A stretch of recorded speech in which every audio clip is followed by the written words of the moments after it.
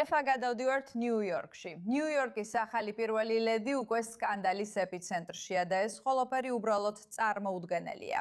ბრამა დუაჯი, ახლადარჩეული მერის მამდანის მეუღლე ამ კვირაში ფრანგულ ხმელთაშუა ზღვის კუნძulis კუნძულ კორსიკაზე გამართულ სულად გაყიდულ ქალთა სულიერ რიტრიტს თანამასპინძლობს ღვთისმშობლის პატივსაცემად, რომელიც მონაწილეებმა აღწერეს როგორც პალესტინელი ქალი, რომელიც ოკუპაციის პირობებში შობს ბავშვს. Სორია ვოლგარაბიას მიხედვით პროგრამა, რომელიც პირველად შაშან დაიწყო, ძირითადად პალესტინის პოპულარიზაციას ემსახურებოდა და მონაწილეები ყოველ ლექციაზე პალესტინისთვის ლოცულობდნენ. ეხლა ეს არის რიტრიტი, რომლის ღირებულება თითო ადამიანზე $3,000-დან $5,000-მდე მერყეობს. საკმაოდ ძვირია ქალისთვის, რომელმაც საჯარო საგადასახადო ჩანაწერების მიხედვით გასულ წელს მხოლოდ $10,000-ზე ოდნავ მეტი გამოიმუშავა. და ეს მას შემდეგ მოხდა, რაც დუაჯიმ გამოტოვა ამერიკის 250 წლის იუბილის 4 ივლისის აღნიშვნა, რათა გასულ შაბათ-კვირას მალიორკაში დაესწრო კიდევ ერთ რიტრიტს, რომელიც ასევე ქალთა თავშესაფარმა ორგანიზება. ეს არის მუსლიმი და ქალებზე ორიენტირებული მოგზაურობის ჯგუფი, რომელსაც პარიზელი დიზაინერი რიმ ლური ხელმძღვანელობს. ჟერარ ფილიტი არის უფროსი იურისტი Lawfare Project-ში და ჰეშტაგის End Jew Hatred-ის წარმომადგენელი. ის ნიუ-იორკიდან გვიერთდება.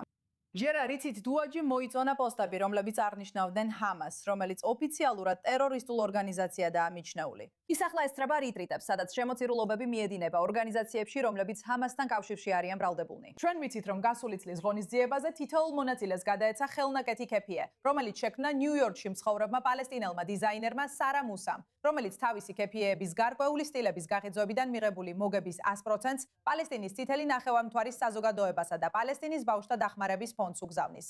ორივე ეს ორგანიზაცია კრიტიკას ექვემდებარება ჰამასთან სავარაუდო კავშირების გამო. არის თუ არა აქ რაიმე სამართლებრივი რისკი? თუ პირველი შესწორება ყველაფერს იცავს, მიუხედავად იმისა, რამდენად შემაშფოთებლადაც არ უნდა გამოიყურებოდეს ეს. მართლა ვერ მოიგონება ამას, როგორც არ უნდა გინდოდეს. ნიუ-იორკის პირველი ლედის ხილვა 4 ივლისს ყველაზე ამერიკულ დღესასწაულზე, ევროპაში ისლამურ სულიერ შეკრებაზე გაფრენა, სადაც ის არა მხოლოდ წევრია, არამედ როგორც იუწყებიან, თანაწამყვანი და რეზიდენტი არტისტიცაა.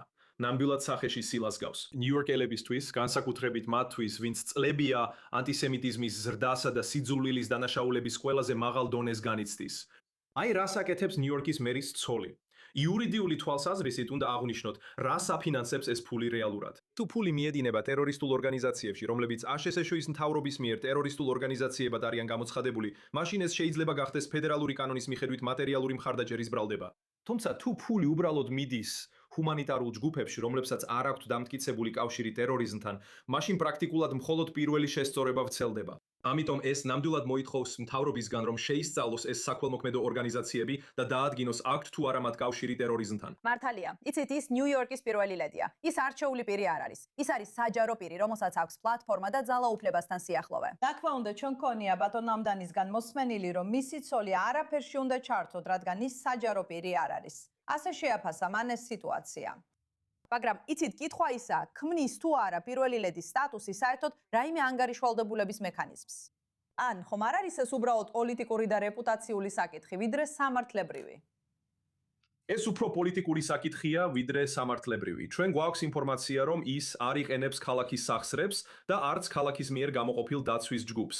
ამიტომაც ეს ფინანსური თვალსაზრისით ანგარიშვალდებულების საკითხი არ არის, ეს უფრო იმიჯის პრობლემაა. ეს არის ადამიანი, რომელიც ამერიკის დღესასწაულზე არჩევს, რომ ამერიკა არ იზეიმოს. და ეს ნამდვილად გზავნილია ნიუ-იორკელებისთვის და ყველა ამერიკელისთვის. გაფსოვდეთ, მამდანი ძალიან კარგად ერკვევა მედიაში. ყველაფერი, რასაც ის აკეთებს, მიზანმიმართულია, რომ სათქმელი სწორად მიიტანოს. და აქ მთავარი გზავნილი ისაა, რომ მისი ცოლი არ უჭერს მხარს მე-4 ივლისს. ამის ნაცვლად ის მხარს უჭერს ისლამურ დღესასწაულებს ევროპაში. ეს მისი უფლებაა, მაგრამ ამ შემთხვევაში იმიჯი ძალიან ცუდია. იცით, როგორც ქალაქ, სადაც ისრაელის გარეთ ყველაზე დიდი ებრაული დიასპორაა. როგორ ფიქრობთ, რა ვალდებულება აქვს ნიუ-იორკის ხელმძღვანელობას ამ საზოგადოების მიმართ ამ ეტაპზე? ვალდებულებაა, რომ დაუდგე ამ საზოგადოებას გვერდით სიძულვილის დანაშაულების წინააღმდეგ. ვალდებულებაა, რომ დაგმო ტერორიზმი. ვალდებულებაა, რომ დაგმო არა მხოლოდ ანტისემიტიზმი, რომელიც მემარჯვენეებიდან მოდის, არამედ ისიც, რაც მისივე პარტიიდან მოდის და ის ქმედებები და განცხადებები, რაც თავად გაუკეთებია და უთქვამს, მათ შორის ინტიფადის გლობალიზაციის მხარდაჭერა. ამიტომაც მისი ვალდებულებაა, რომ ებრაელი ნიუ-იორკელების გვერდით იდგეს ისე, როგორც ყველა სხვა ნიუ-იორკელის გვერდით და აღარ გააგრძელოს იმ სიძულვილის მხარდაჭერა, რომელიც უმცირესობის მიმართაა მიმართული. კარგი, ჟერარდ, დიდი მადლობა, რომ შემოგვიერთდი და ასე დეტალურად აგვიხსენი ყველაფერი. მართლაც საოცარი ამბავია.